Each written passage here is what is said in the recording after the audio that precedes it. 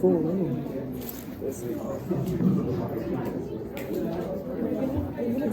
Yeah, I got it. We're gonna take pictures. Give me your phone. Who's doing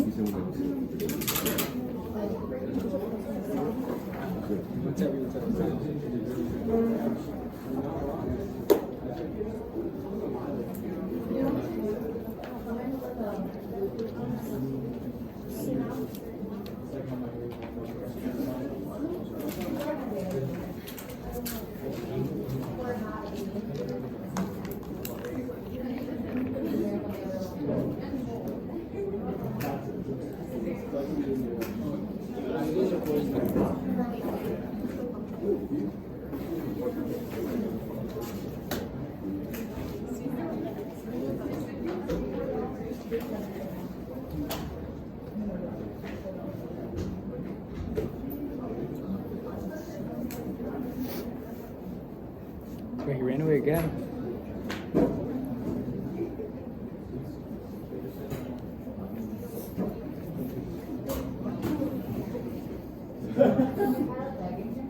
Huh? Huh? So, I'll start off by, as you guys know, we just have Ismail last year, all the lectures are there until now. Since he is studying to you.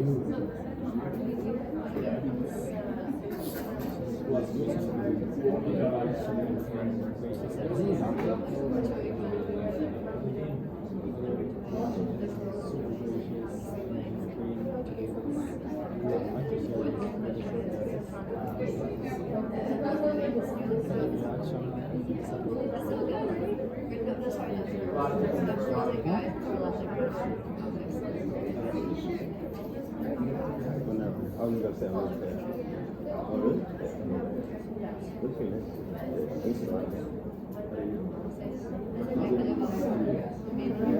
Yeah, I'm going to something. Hey, Bro, where did he go? Keep going away.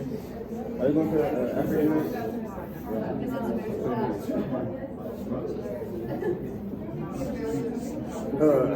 I recommend you don't go because you'll see a lot of things that you do not need to see next year.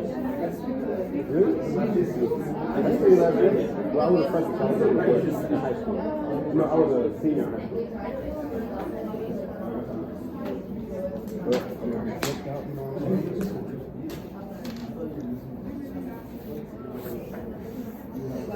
Assalamu alaikum, guys.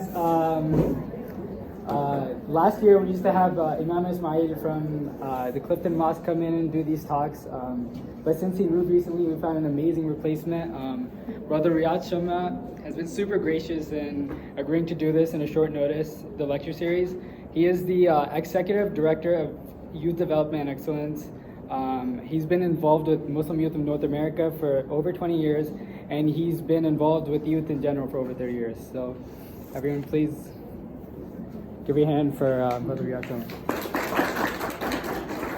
Assalamu alaikum wa rahmatullahi wa barakatuh.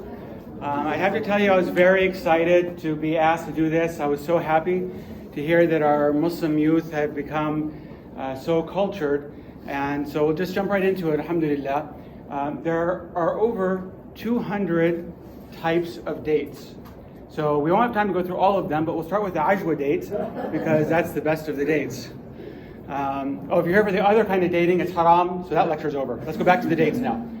No. So, okay, we'll jump in with dating, inshallah. So, let me start off by asking you, what do you understand dating to mean? Using the term dating. So, what does that term mean? What do you understand? Seeing someone. So I'm dating all of you right now. So I'm seeing everybody. Well, getting to know someone. It's nice to know you, brother. Are we dating now? Kind of. Kind of? Scary.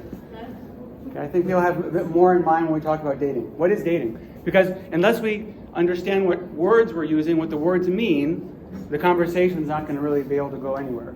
So what does dating mean? Well, when I think of the word dating, I think of two people sitting at a dinner table and just talking about themselves, trying to get to know each other. That's what I kind of picture dating as. Okay, that's certainly one aspect to it. Now, it's not going to be exclusive, right? Because you might have a business meeting where people are getting together, everyone's asked to introduce themselves or talking, okay? But certainly there's that element of, maybe having some seclusion, being kind of alone together, talking about each other, trying to get to know each other. What else? Okay, so heading in a romantic way, right? So we're adding that there's some level of interest beyond just, say, a very professional, let me get to know you, we might want to hire you kind of a thing, but adding that element of romance, okay? What else?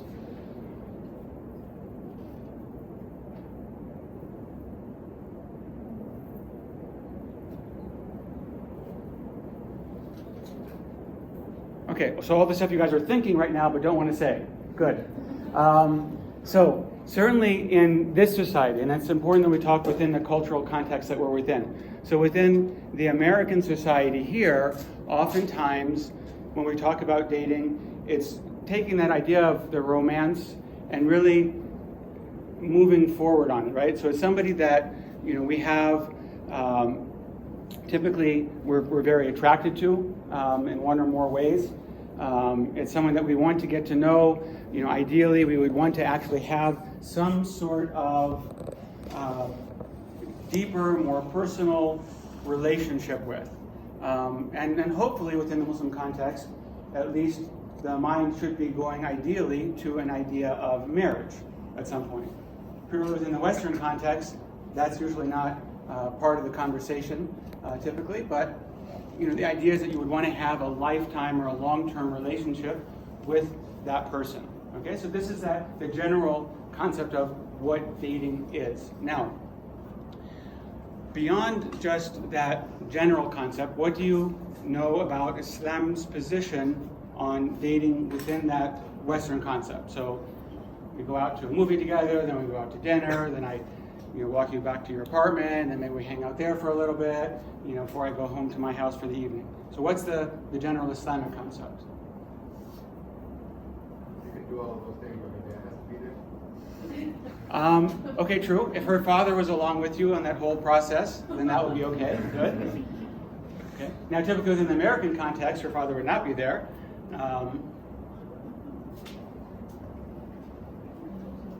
Okay. Let me ask you this: why would it be acceptable? Because clearly the opposite. If the father's not there, then it's not acceptable Islamically, right? So, what does the father being there have to do with anything? Why does that make it acceptable? He makes sure that the rating is PG, and he doesn't go anything beyond that. I do, but what's important about that?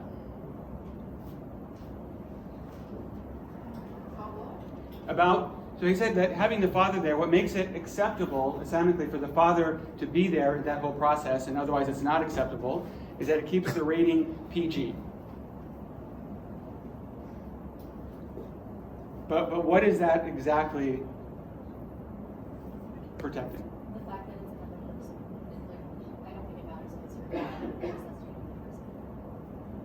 Okay, so you feel if any other person. So if his best friend is along, then it's okay? Okay, maybe if the girl's relative. Okay, so why is this important? Because clearly you guys understand intrinsically there's a difference, right? To stay away from that relationship to go any further in terms of just more than I guess having dinner and getting to know each other. You don't want it to go to another level of getting to know each other in another way where it's extremely Okay, you're getting there, yeah. Okay, good. It prevents zina, and there's also something else that's being prevented. Say what you were going to say. Okay, yeah. So it prevents zina. So it prevents them from having say physical relationships with each other, which we want to preserve those for after marriage. But the word we're looking for is integrity, right? And this is why that if the girl's father's there, it's okay, but if the boy's best friend is there, it's not, because there's a sense of integrity. Now, the reality is that reputation is important. And irregardless of what actually happens, when reputations are ruined, then that becomes very problematic. If the guy is there alone with the girl, and let's say nothing happens, right? The conversation stays to getting to know each other. He keeps his hands off. There's no contact. Nothing, quote unquote, happens between the two of them at all. But then the guy goes and tells all his friends, "Oh man, guess what? I hooked up last night." Okay? Whose reputation is ruined?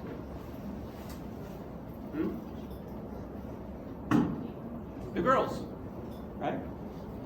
We say, "Oh yeah, we live in an equal society, we're an American," and so forth. But the reality is, that's not true.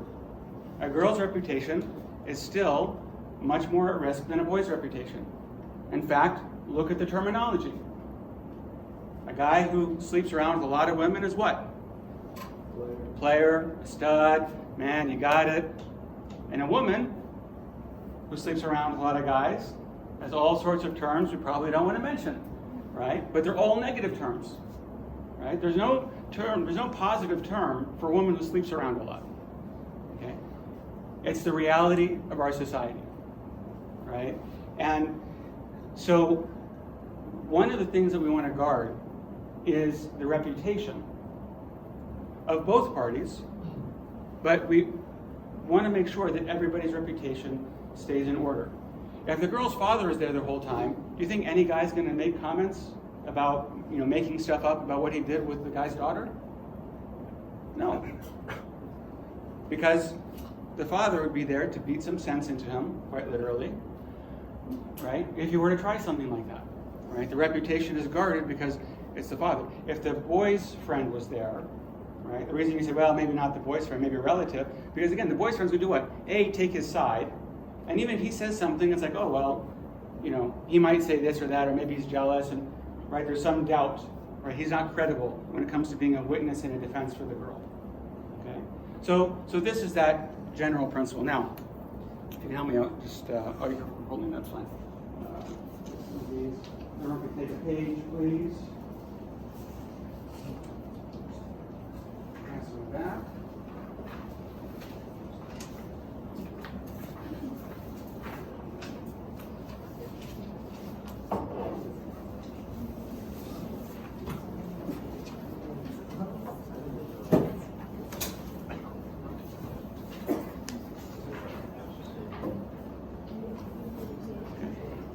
Can we just take a page, please, pass them back.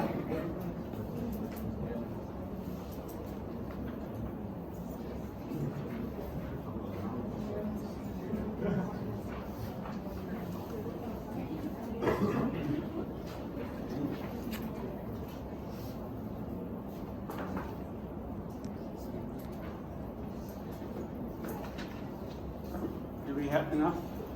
The back row, did you get? Do we need some more?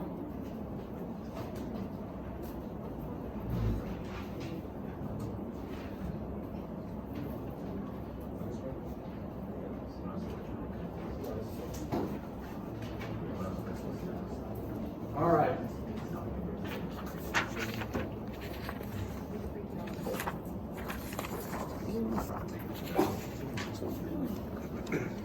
All right, if you would, please. Just go ahead and tear off the top corner of your page.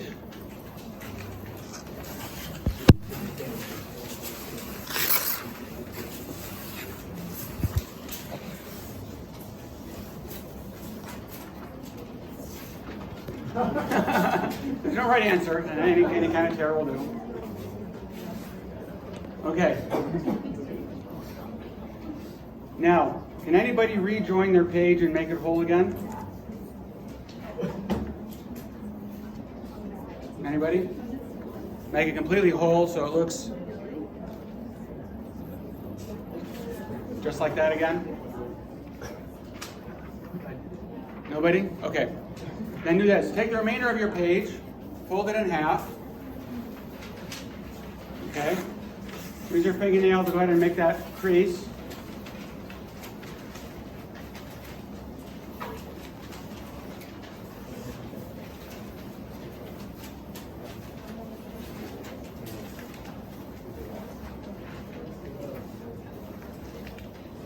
Okay. So go ahead, fold it in half, make your crease. Now, I want you to remove the crease from the page. Remove the crease. Let me know if anyone's able to completely remove their crease, such that if I looked at it, just like this page has no crease, I would look at your page and say, nope, that page was never bent. Okay.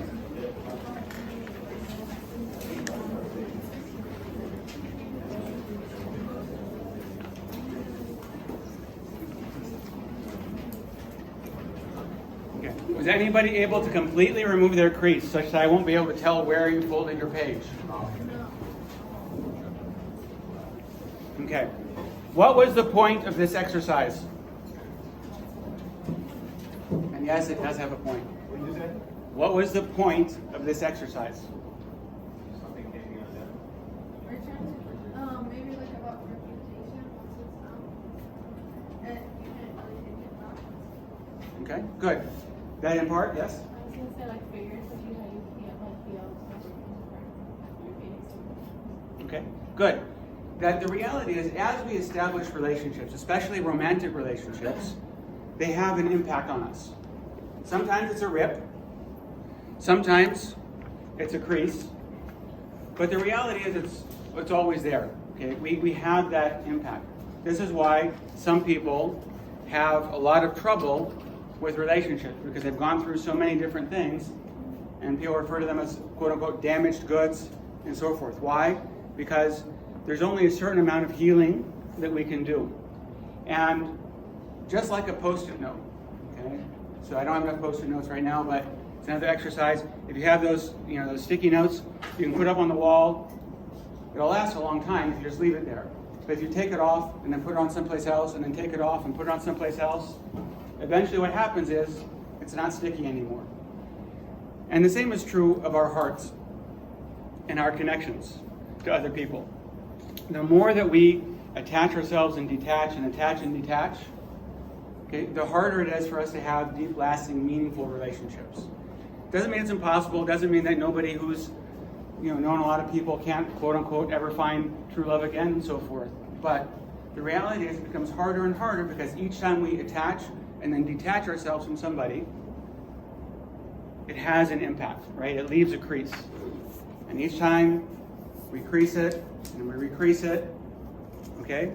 It makes it look worse and worse, and it's more difficult, until eventually, right, this becomes the state of our heart, right? This watered up wall. And we can straighten it out, but how many of you would use this page that's ripped, creased, and grossly wrinkled to write out your resumes and then submit it for your dream job? Okay. None of us. And if we were business owners and we received a resume like this, we might go, yes, thank you for your resume. We'll get back to you.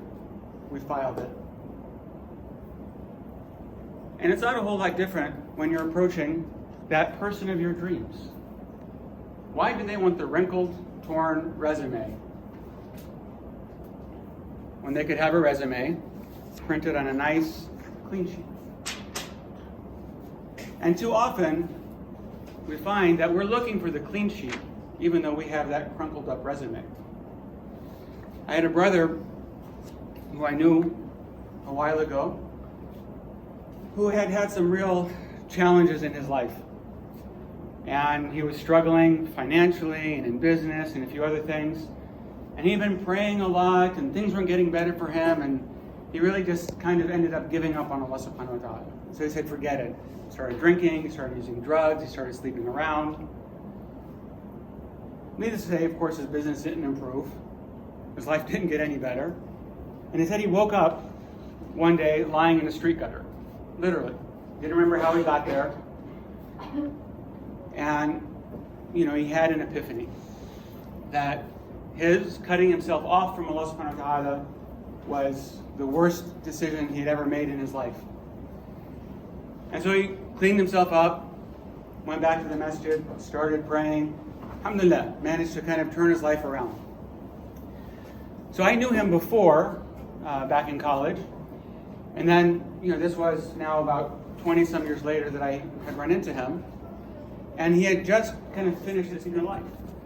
How do they know that you haven't picked something up from whoever knows who you've been sleeping with? So, this is the idea of integrity. Now, one more example. If we imagine ourselves to be a sheet of paper, okay? As a sheet of paper, we can be fairly strong. So, with this sheet of paper, I can lift up this candle, just moderately heavy, and it'll hold. It won't tear. Now, if I begin to put a little bit of water on it, okay, and then try to lift it, right, it tears. Now you may say, yeah, but Brother Riyadh, I'm not that cheap notebook paper, right? I'm the good stuff. I'm that 20-pound printing paper, right? So it's already gotten a little bit wet, but look, it still holds. I'm good. So, what if a little more water comes on it? Still good. Guess your analogy's not working too well, huh? Right? And yet, a little bit more water comes on it, and it sets for a minute.